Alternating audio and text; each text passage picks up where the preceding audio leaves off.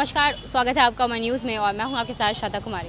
हम मौजूद हैं इस वक्त गर्दनी बाग के उस धरना स्थल पे जहां पिछले 13 दिन, आज 14वां दिन है, पिछले 13 दिन से ये लोग बैठी हुई हैं और आज भी 14वां दिन है और आज भी ये लोग जो हैं वो धरना पे बैठी हुई हैं। अनिश्चितकाल इनका धरना प्रदर्शन है, लेकिन आपको बता दें कि 2 दिन से जो हैं ये लोग कंटिन्यू मतलब 48 घंटे के भूख हड़ताल पे हैं।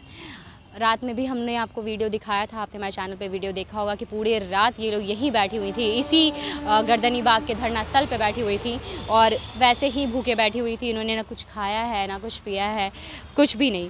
हाँ, लेकिन यहाँ पे हम आपको दिखा दें कि आपको दिखेगा कि मेडिसिन्स हैं, सलाइन के बॉटल्स हैं, लोगों को पानी भी चल रहा है। अब हम इनसे बातचीत करते हैं। आप कल से भूख हड़ताल पे हैं? हाँ, क्या कहेंगे? हम लोग 2 मई से प्रोटेस्ट कर रहे हैं। अभी 23 मई से हम लोगों का धरना प्रदर्शन यहाँ गर्दनी बाग में 14वां दिन है आज, और कल से हम लोग भूख हड़ताल कर रहे हैं 4 जून से 24 घंटे। अब तो 48 घंटे पूरे होने वाले, 40 घंटे लगभग हो चुके हैं।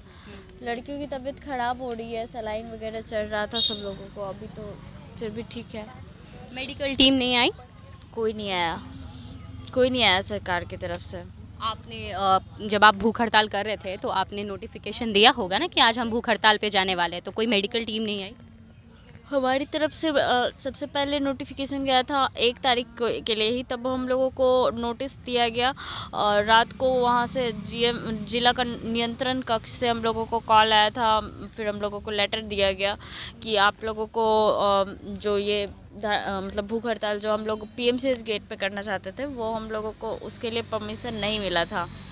तो सरकार को तो दिख रहा है कि हम लोग यहाँ पे बैठ रहे हैं भूख हड़ताल के लिए। उसके बाद हम लोगों ने यहाँ के लिए एप्लीकेशन दिया और फिर यहाँ हम लोग बैठ रहे हैं अभी भूख हड़ताल के लिए।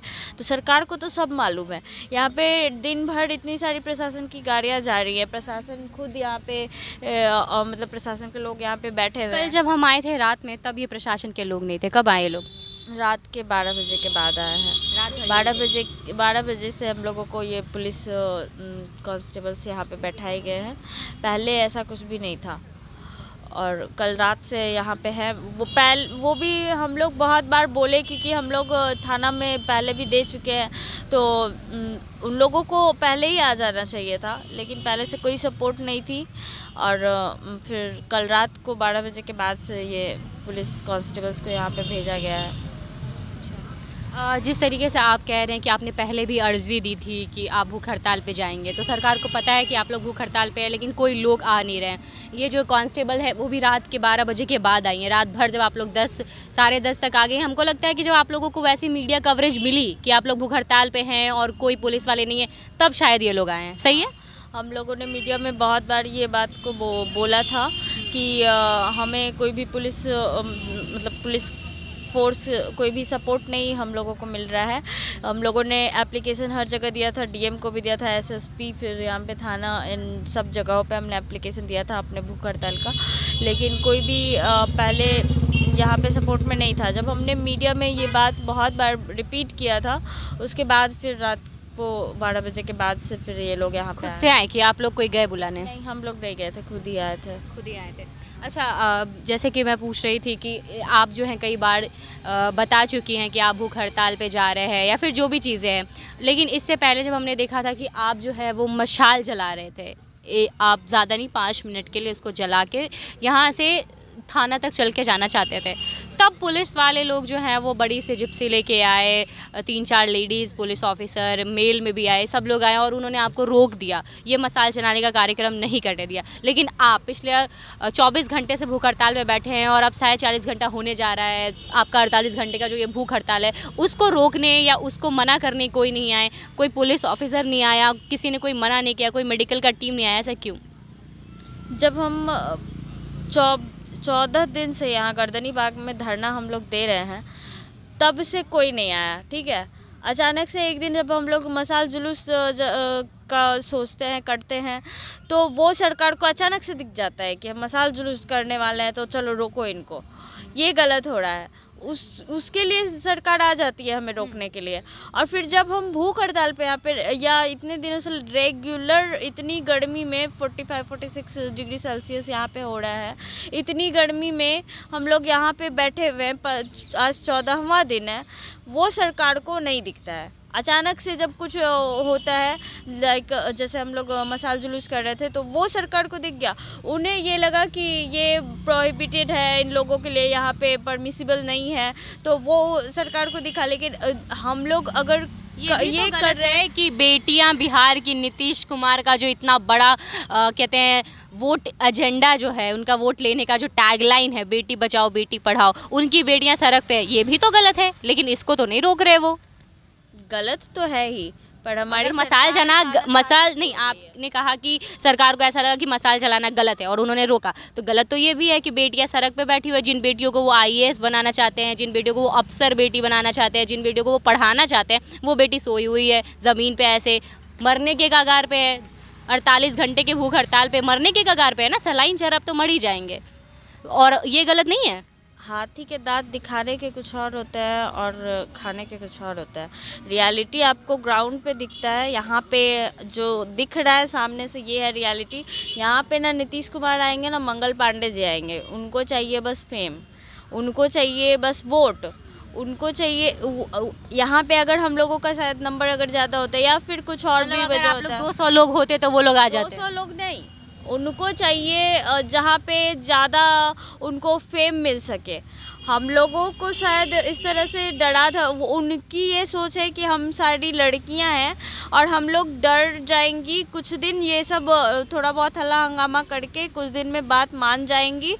यही सोच करके वो हम लोगों की जो भी अदर लोग जो भी हम लोगों को समर्थन करते हैं, उन लोगों को भी इन लोग टॉर्चर करके उन लोगों को भी मतलब दबा देते हैं ताकि वो हम लोगों का साथ ना दें और हम लोग आगे ना बढ़ पाए। अच्छा, आपने कहा था कि सरकार जो है वो कह रही है कि आप हॉस्टल मतलब ढूंढ के दीजिए। आपने बताया हमें, हमने जब आपसे बातचीत की कल रात में, तो आपने हमें बताया कि आपने रहमान सर ने आपको बताया कि आपके पास वो कोचिंग है उनके पास, जो आप लोगों को दे देंगे। हॉस्टल में आप लोग रह सकते हैं, वहाँ 300 लड़कियों के रहने की जगह है, वहाँ आप रह सकती हैं।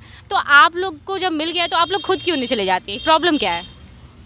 ये जब तक सरकार अलॉट नहीं करेगी तब तक कैसे हम लोग जा सकते हैं? क्यों सरकार का अलॉटमेंट क्यों चाहिए रहमान सर को, या आपको क्यों चाहिए? आप बाहर रह लीजिए ना, पढ़ लीजिए। ये तो हम लोग कब से ही बोल रहे हैं कि सबसे पहले जब हम लोग DCEC एग्ज़ाम देते हैं तो हमारे प्रोस्पेक्टस में लिखा होता है कि हॉस्टल आप लोगों को सरकार की तरफ से अलॉट किया जाएगा। तो हम ये कह रहे हैं कि अगर आपके पास हॉस्टल नहीं है, आप प्रोस्पेक्टस में ये भी तो नहीं लिखा हुआ था कि आप एडमिशन हम लोगों का PMCS में लेंगे और भेज देंगे वैशाली, ये भी तो प्रोस्पेक्टस में नहीं लिखा हुआ था। आज उनका कहना है कि नहीं, प्रोस्पेक्टस में लिखा हुआ है सरकार की तरफ से तुम लोगों को हॉस्टल दिया जाएगा, तो तुम लोग बाहर नहीं रह सकते, तुम लोगों को हम लोग जहाँ कहेंगे तुम लोगों को वहीं रहना होगा। मतलब उनकी ज़बरदस्ती है हमारे ऊपर। तो ये भी तो प्रोस्पेक्टस में नहीं था कि वैशाली जा कर के आपको ट्रेनिंग करनी होगी। फिर वो कैसे सही हो गया? आज मजबूरी है ना, ऐसे हालात आए ना, ऐसे सिचुएशंस आ गए जिसकी वजह से आप हम लोगों को यहाँ से वहाँ ट्रांसफ़र कर रहे हैं। तो इसका भी तो विकल्प है, इसका भी तो अदर अल्टरनेटिव्स है। आप हम लोगों को किसी ऐसे हॉस्पिटल में भेज रहे हैं जहाँ पे हमारा फ्यूचर सिक्योर हो, आप ऐसी जगह पे भेज रहे हैं जहाँ पे हमारा फ्यूचर बिल्कुल डिस्ट्रॉय हो रहा है। हम लोग यहाँ पे GNM करने के लिए क्यों आए हैं? अपना जो प्रैक्टिकल स्किल्स है, और मेनली आपको पता होगा कि बिहार में किसी भी गवर्नमेंट कॉलेज में पढ़ाई जो होती है, मेन जो एकेडमिक्स होता है वो ढंग का नहीं होता है। बिहार में मोस्टली कॉलेजेस में यही हाल है।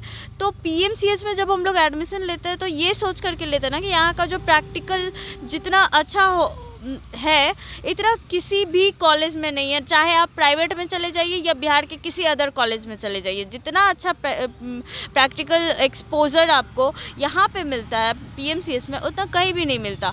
यही देख करके तो हम लोग यहाँ पे एडमिशन लेते हैं। आप आज वही हमसे छीन रहे हैं, फिर बचा क्या? हम लोगों के जीवन का तो यही था ना, सबसे ज़्यादा तो करियर इंपॉर्टेंट होता है, और करियर में सबसे ज़्यादा प्रैक्टिकल यहाँ पे हम लोगों के लिए इम्पोर्टेंट था। आप तो वही छीन रहे हैं, फिर तो हमारे जीने का ही सब कुछ आप छीन ही रहे हैं। इसीलिए हम लोग यहाँ पे बैठे हुए हैं। अभी रेगुलर हम लोगों का ये धरना प्रदर्शन, हम लोग का भूख हड़ताल ऐसा रेगुलर चलता रहेगा। बैठे बैठे यहीं पर मर जाएंगे। सरकार को एटलीस्ट देखने को, मतलब उनको ये जो बेटी पढ़ाओ बेटी बचाओ का नारा है वो यहाँ पे भी सिद्ध हो जाएगा। बेटी को कैसे बचा रहे हैं वो, और बेटी को कैसे पढ़ा रहे हैं वो। बहुत बहुत धन्यवाद। तो सुन ही लिया आपने कि कैसे सरकार जो है वो बेटी को पढ़ा रही है या बेटी को बचा रही है। बेटी को सड़कों पे खैर सुला रही है फ़िलहाल, तो ये जान लीजिए। रोड पे सो रहे हैं ये लोग, रात में कैसे यहाँ सोए होंगे कोई नहीं जानता। इनकी सुरक्षा के लिए वो तो बहुत अच्छी बात है कि 2 पुलिस वाले लोग आ गए जो इनकी सुरक्षा में है, वरना ये सोचिए कि कल अगर रात में ये अकेले यहाँ पे सोए होते तो इनके साथ कुछ भी हो सकता था। ये सुनसान सी सड़क है, अगर यहाँ पे वो सोए होते कुछ भी हो सकता था, कुछ भी कर सकते थे। लेकिन फ़िलहाल मैं आपको क्या ही कहूँ, आपने इनकी आवाज़ सुनी और आई थिंक कि उस आवाज़ में आपको वो पेन फ़ील हो रहा होगा यार। 48 घंटे से इंसान भूखे है, बैठा हुआ है अकेले, क्या मांग क्या रहा है? सिर्फ एक छोटी सी चीज़ कि उनको एक कॉलेज मिल जाए। पढ़ने का हक ही तो मांग रहे हैं, और पढ़ने के लिए जितना हमारे नीतीश कुमार जो हैं चिल्ला चिल्ला के कहते रहते हैं बेटी पढ़ाओ बेटी पढ़ाओ। बेटी है, पढ़ाई का मांग कर रही है, आपको पढ़ाना है, आपको उसमें भी प्रॉब्लम है। हॉस्टल बता दिया इन्होंने, आपको सिर्फ अलॉट करना है, परमानेंट करना है, पढ़ने का उस हॉस्टल में रह के ये पीएमसीएच में पढ़ाई कर सके, इसका अलाउंस देना है, उसमें भी आपको प्रॉब्लम है। फिलहाल इस न्यूज़ में इतना ही। बने रहिए उमा न्यूज़ के साथ। मैं आपके साथ श्वेता कुमारी। धन्यवाद।